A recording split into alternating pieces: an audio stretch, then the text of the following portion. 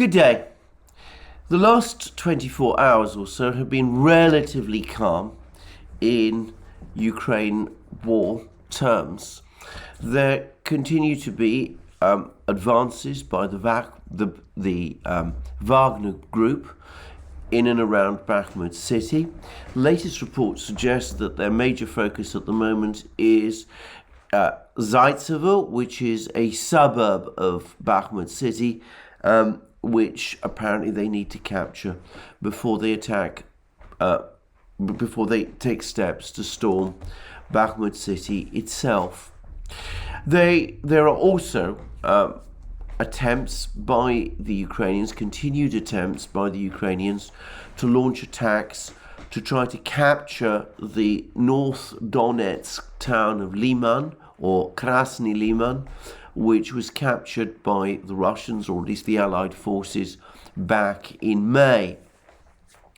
In fact, the fighting in and around Liman seems to have become the last ebb, if you like, of the Ukrainian counteroffensive that was launched at the beginning of September. In every other part of the battlefronts, things seem to be relatively quiet at the moment. So most of the focus of Ukraine is trying to capture this place, Liman. Fighting has been ongoing there for the last 2 or 3 weeks, ever since the end of the Kharkiv offensive, and so far the town has been successfully defended by various militia groups backed by Russian artillery forces, but fighting in that area is still ongoing. Yesterday was also the first day of the referendums in Kherson region, Zaporozhye region, and the 2 Donetsk republics. And so far as I can see, these have appeared to progress in a reasonably orderly way. I'm not going to try and speculate as to the turnout figures. The Russians have provided figures for these, suggesting that around a quarter of the people turned up in most of these places on the first day, 15% less than that in Kherson region, but perhaps this is a referendum that's going to take place over several days, all the way up to the 27th of September, and I've no doubt that the referendums in all of these places will turn out to be valid, and I've no doubt also, or at least the Russians will say that they've turned out to be valid, and I have no doubt that they will all say that there's been a powerful, overwhelming vote for union with Russia. And as I've discussed in previous programs, what that will almost certainly mean is that when the vote does come through, these 4 regions will then apply to the State Duma for admission into the Russian Federation. The State Duma will overwhelmingly pass the relevant law, and it will then be sent to Putin, and he will sign it. And then, as far as the Russians are concerned, these 4 regions will become a part of Russia, with all the implications about that which I've discussed in previous programs. Meanwhile, parallel to these referendums, mobilization continues across Russia. The call up of these 300,000 reservists, and we're getting lots of films of these reservists being called up, and I've heard news that there's been some hitches and problems in a few places, which is no unsurprising given the scale of this call up, but overall it seems to be taking place in an orderly and disciplined way, as I've no doubt is the case. Now, I should say that there's been a lot of discussion about how long it will take before all of these called up reservists start to appear in the various battlefields. And I want to repeat again a point which I've made previously. I'm not sure, I'm not convinced that all of them, or even most of them, will. My guess is that what will happen is that most of these reservists, or many of these reservists, will be used to beef up military units, Russian military units, stationed on the territory of Russia proper, so that Russian professional troops can be redeployed to the Ukrainian battlefields from Russia itself. In addition, a point which I want to make is that there's been many claims that it will take 2 to 3 months for these forces, for these called up reservists to be deployed to Ukraine. Well, I'm getting a lot of pushback on this. It seems that training of some of these reservists will last 2 to 3 weeks, no more than that, and it's only after that period, only that relatively short period, will they be joining their military units. Now, I think this turns very much on the question of how recently a particular reservist has left the military and what kind of background or training that reservist has. So obviously, if a reservist has left the military within a relatively short space of time, they are presumably fairly familiar. They're probably very familiar with all the techniques and skills that they learnt whilst they were in the military, and most of them can be trained back up to the necessary level within just a few weeks. If you're going to build up entire military formations, battalions and brigades out of these reservists, or even going down further, platoons and companies and squads and all those sort of things, then of course it will take longer.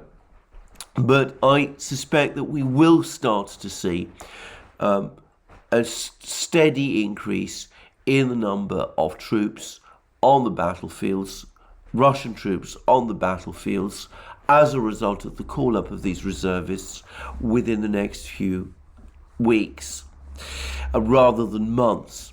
However, I am also of the view that we will not see a big Russian offensive until after the Ukrainian offensive, such as it still is, has completely run its course. Now, having made all of those points, there's just a few minor things I want to correct, a number of errors that I made. One was an error of arithmetic. I'm not a particularly strong mathematician. Amongst many of the other things I'm not particularly strong at.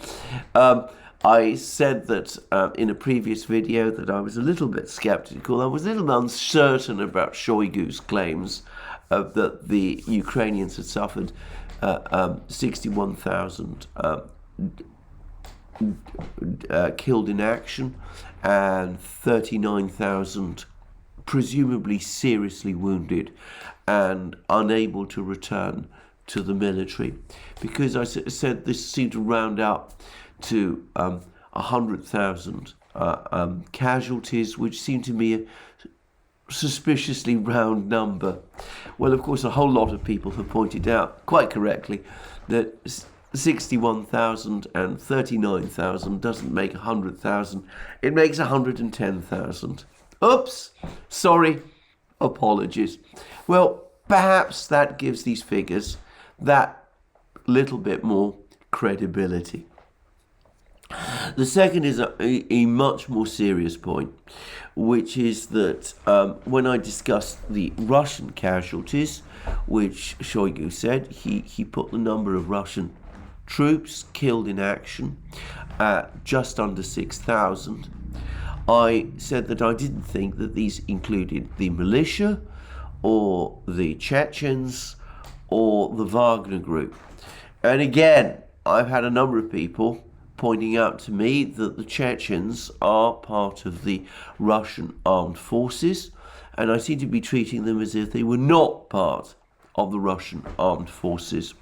And I should say straight away that I take that back entirely. Obviously, the Chechens very much are a part of the Russian armed forces, and they should certainly be considered as such. What I was actually meaning by this was that I got the impression from watching Shoigu's interview that he was referring to losses, casualties, men killed in action, who came within the ambit of the Russian Ministry of Defense. In other words, the part of the Russian armed forces that one might call the regular Russian army and air force and whatever, who fall within the Russian Defense Ministry structures. As I understand it, the Chechens do not come under the Russian Defense Ministry structures. They operate as part of the parallel Rosgvardia organization, which, to be very clear, is an official structure of the Russian state. So these are in no sense irregular units or anything like that, but they are separate from the Russian Ministry of Defense. And I got the impression, as I said, that Shoigu was talking about soldiers who'd lost their lives and who were serving under the Russian Ministry of Defense. I did not think that he was including Rosgvardia personnel, who would include the Chechens. However, I accept that may be wrong, and of course Russians who have watched his interview and have perhaps got a better feel for his meaning seem to think otherwise, that Shoigu was talking about everybody that fights as part of the Russian armed forces, be they under the Russian Ministry of Defense or the Rosgvardia organization, that all of them taken together have suffered losses of just under 6,000, which I have to say, if that's correct, and I'm going to accept that, but if that is correct, then given the scale and intensity of the fighting since it began in February, that's actually, to my mind, a very low level of casualties indeed.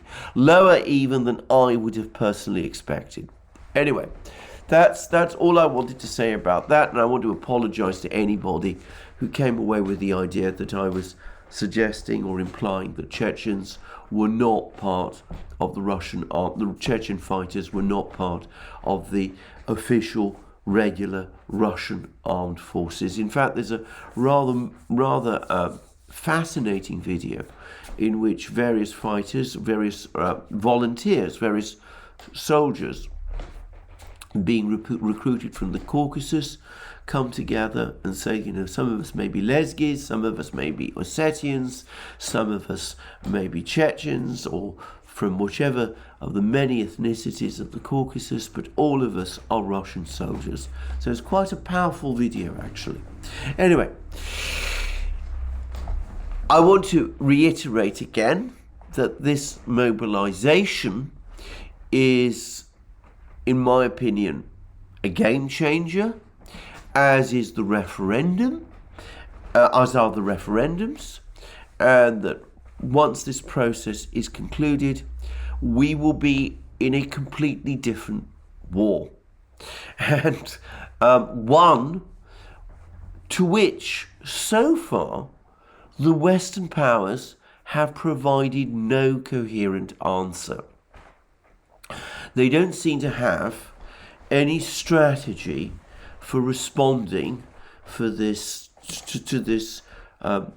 wave of Russian soldiers who's to come, this much larger deployment of Russian forces which is coming, or to the fact that these four regions are going to shortly become part of the Russian Federation. My impression also, by the way, for what it's worth, is that the attempt the Western powers made at the General Assembly meeting of the United Nations to rally world opinion against Russia following these announcements of the referendums and of the mobilization, that has utterly and completely failed. Once more, I get this clear impression that it's the Western powers talking to themselves, with everybody else looking on skeptically, and perhaps with some degree of frustration at the way in which the Western powers seem to be obsessively focused on Ukraine, almost to the exclusion of all other topics. Anyway, that's where we are with the war and with the diplomacy. There is one particular topic I do want to return to, and it's an important one.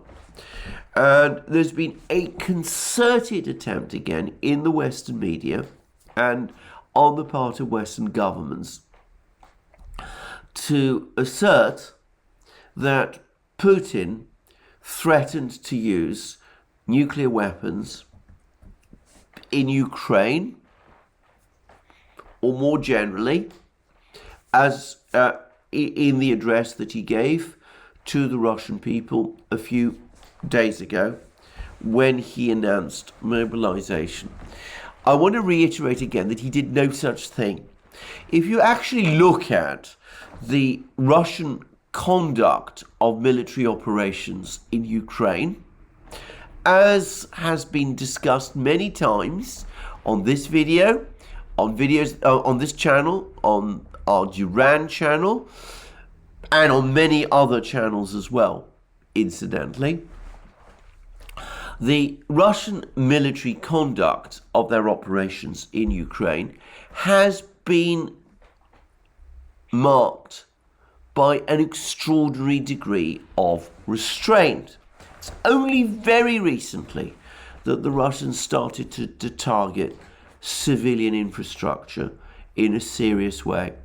They've made no attempt so far to attack the decision-making centers, in other words, the government headquarters in Kiev, or the defense ministry building in Kiev, or the headquarters of what Shoigu said was the team of Western military specialists in Kiev who are helping to organize and conduct this war with the Ukrainian military. Nor have they made any systematic attempts up to this point to try to interfere with the internet across Ukraine, something which they could certainly do. So they've acted up to now with extraordinary restraint. Some people seem to be suggesting that they're about to put all that restraint to one side and go from a very restrained position to a extraordinary, extreme position of using nuclear weapons in the conflict in Ukraine. The Russians have never threatened that. They have consistently ruled it out. It is inconsistent with their tactics in the conflict in Ukraine. And all that speculation, and I want to stress this again, all of that speculation has come from Western commentators. Now, that Western commentary has for some time seemed to me to be carefully orchestrated with the intention of presenting Putin as a dangerous, deranged, unstable, reckless, psychopathic individual. But putting that aside, I do want to come back to what Putin's actual words were in the address that he gave to the Russian people a few days ago. Because we've now, I think, had, thanks to the Washington Post, some interesting information which explains some of the things that Putin actually said when he discussed nuclear weapons. Now, this is what Putin said on this topic. They, and he means Washington, London, and Brussels, have even resorted to nuclear blackmail.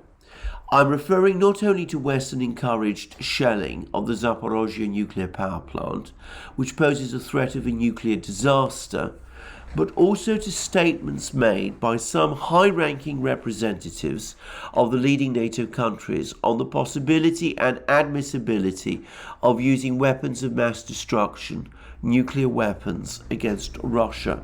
Now, notice these words. Statements made by some high-ranking representatives of the leading NATO countries on the possibility and admissibility of using weapons of mass destruction, nuclear weapons, against Russia. And then Putin went on to say, I would like to remind those who make such statements regarding Russia that our country has different types of weapons as well, and some of them are more modern than the weapons NATO countries have. In the event of a threat to the territorial integrity of our country and to defend Russia and our people, we will certainly make use of all weapon systems available to us. Now, Putin here is referring to threats made by Western powers or Western officials, leading Western officials, which he, Putin, and the Russians have interpreted as threats of use of nuclear weapons against Russia. Now, I have to say I was a little bit uncertain quite what they meant. There have been some things said which came very close to implying that some things have been said by some Western people, Western officials, which it seems to me, could be construed as a stretch to threats of some kind, of that sort of nature. But it did seem to me rather Putin was pushing the envelope a little.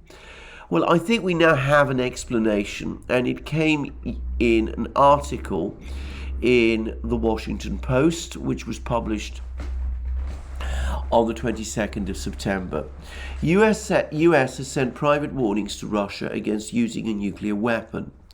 And we then go, that's the title, and it goes on to say the Biden administration has been sending messages to Moscow about the grave consequences that would follow the use of a nuclear weapon in Ukraine.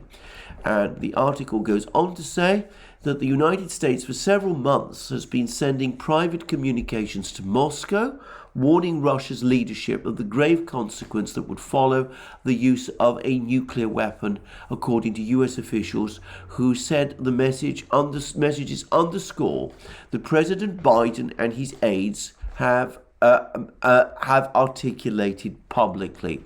The Biden administration generally has decided to keep warnings about the consequences of a nuclear strike deliberately vague, so the Kremlin worries about how Washington might respond. The official said, speaking on the condition of anonymity to describe sensitive deliberations. The attempt by the White House to cultivate what's known in the nuclear deterrence world as strategic ambiguity comes as Russia continues to escalate its rhetoric about possible nuclear weapons use amid a domestic mobilization aimed at staunching Russian military losses in eastern Ukraine. The State Department has been involved in the private communications with Moscow, but officials would not say who delivered the messages or the scope of their content. It was not clear whether the United States has sent any new private messages in the hours since Russian President Vladimir Putin issued his latest veiled nuclear threat during a speech announcing partial mobilization early Wednesday. But a senior US official said the communication had been happening consistently over recent months. So, there's been a stream of warnings to Moscow over recent months warning the Russians of grave consequences, unspecified grave consequences, if they use nuclear weapons over the course of the Ukrainian conflict, something which they have never threatened to do and which they have consistently ruled out. It's not at all difficult to see how the Russians might construe warnings, and I put the words warnings in inverted commas, warnings like this, as actual threats. The fact that this is all related to use of nuclear weapons, attributed as a Russian intention, but an intention which the Russians have never announced, might also have put the Russians in mind that the United States is in effect threatening to use nuclear weapons in some form, without, however, doing it explicitly. I don't think it is any sort of stretch at all to say that this is almost certainly the kind of what Putin was referring to when he said that the United States has been engaging in nuclear blackmail, and this has involved, to quote his words, statements made by some high-ranking representatives of the leading NATO countries on the possibility and admissibility of using weapons of mass destruction, nuclear weapons, against Russia. I think it's entirely likely, in fact, that Putin and his officials will have construed these American warnings not so much as warnings, but rather as threats to use these nuclear weapons, against themselves. And I think that is what Putin explicitly was referring to in his address on Wednesday. And I would go further still, and I would say that this is what has led to Putin coming out openly and giving his own warning, saying that Russia will not submit to nuclear blackmail, and if the United States chooses to engage in it, well, two can play at that game, because the Russians possess nuclear weapons which are at least as effective and as powerful as those of the United States. So I think that resolves that mystery, that one uncertainty for me about Putin's speech. Threats, warnings if you prefer, have been made. They have been made continuously over a period of months. They've come from the administration in Washington, and they've been sent to Moscow. And of course, they've been echoed in statements made by US administration officials. And Putin is now responding to those warnings or threats, as he would see them, by saying that Russia is not going to be intimidated by those threats. And if the United States is minded to try anything of that nature, then the Russians are fully willing and able to respond in kind. I have to say that this whole thing absolutely appalls me. I mean, I don't remember any point, for example, during the Vietnam War, when the Soviet Union threatened or gave warnings about the consequences for the United States if the United States used nuclear weapons over the course of the war in Vietnam. And by the way, there was one particular moment during the fighting in Vietnam, in 1968 to be precise, when apparently there was some discussion in Washington about using tactical nuclear weapons in Vietnam. So I don't remember the Russians making such threats or giving such warnings. And of course, it would have been seen as massively provocative at the time had they done so, especially coming so soon after the Cuban Missile Crisis. Well, the Biden administration shows no such restraints. That is what it is doing, and it's now provoked this very strong pushback from Putin. But it's also, I have to say this, consistent with this incredibly belligerent and confrontational and provocative policy that the United States is now conducting, or at least this administration is conducting, in all sorts of places.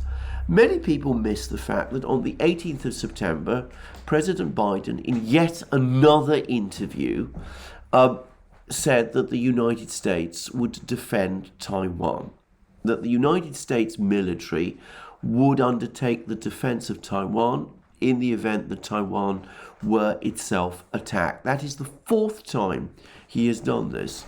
On previous occasions, it's all been dismissed as a slip, as Biden, not really being on top of his brief. After 4 times, I don't think anybody can really pretend any longer that that is the case anymore. It's becoming increasingly clear to me that this is in fact the United States busy playing with signals to China, telling everybody that in fact the United States does intend to defend Taiwan, and provoking China in ways that the Chinese will certainly have noticed and must be feeling extremely, extremely angry about. And we've actually had some commentaries about this. There's been an article now on Responsible Statecraft, the website of the Quincy Institute, which reads, Biden trashes what remained of US one China policy, strategic ambiguity. In pledging to defend Taiwan from any Chinese attack, the president has made war with China much more likely. And there's been a brilliant article on this very topic by Andrew Corbley on antiwar.com, and on this very same topic about Taiwan. There's little more, this is the title, Washington can do to convince China to invade Taiwan. And the article says, in the last 50 days, the executive and legislative branches in Washington have done more than in the last 50 years to convince China that America's imperial policy is simply relentless and must be met by force. That's not to say it's by any means a given that the People's Republic of China will invade its cross-straits neighbor of Taiwan, but that is to say that if strategic planners in Washington sat down and created a bulleted list of how to facilitate such an invasion, they would have probably gone through all the bullets by now. And the article goes on to say, Biden's comments on September 18th that US forces would defend Taiwan if there was an unprecedented attack, any attack would be unprecedented, mark the 4th time in 13 months that the Commander-in-Chief of the US military has said that, contrary to his administration's official policy towards Taiwan, forceful reunification between Taipei and Beijing would mean a fight with the United States. And the key point, again, is that these threats to China, because that's how the Chinese will see them, make the possibility of China eventually feeling itself obliged to take military action against Taiwan? More likely. So here we go. The United States, over the last few months, has been sending messages to Moscow, warning of grave consequences in the event of something the Russians have never threatened to do, use of nuclear weapons by Russia in the Ukraine conflict. And the Russians are now giving clear indications that they're seeing this as an exercise by the United States of nuclear blackmail against themselves.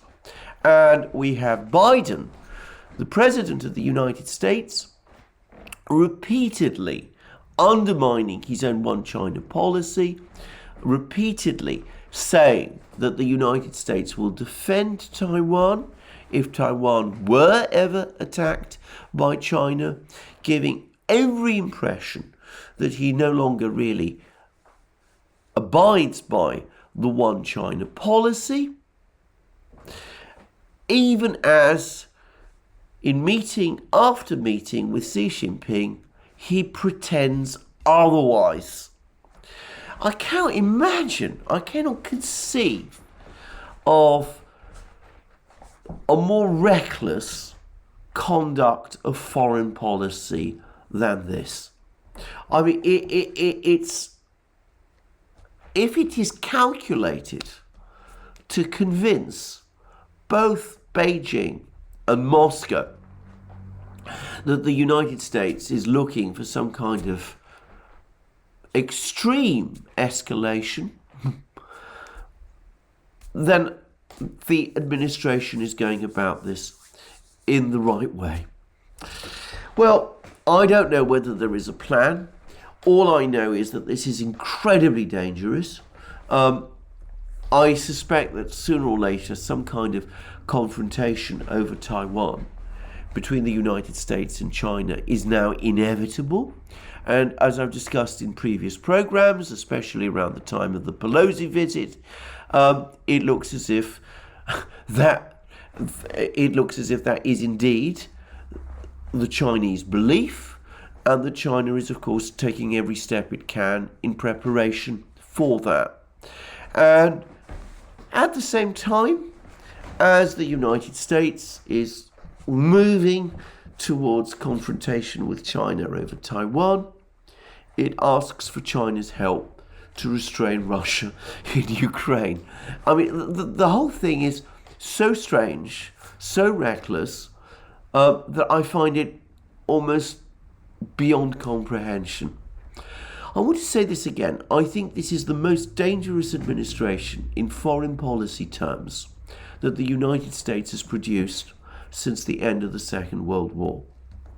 I've never known a president, a US president, and his administration conduct themselves in this way with great powers, with nuclear powers, and behave with such astonishing recklessness.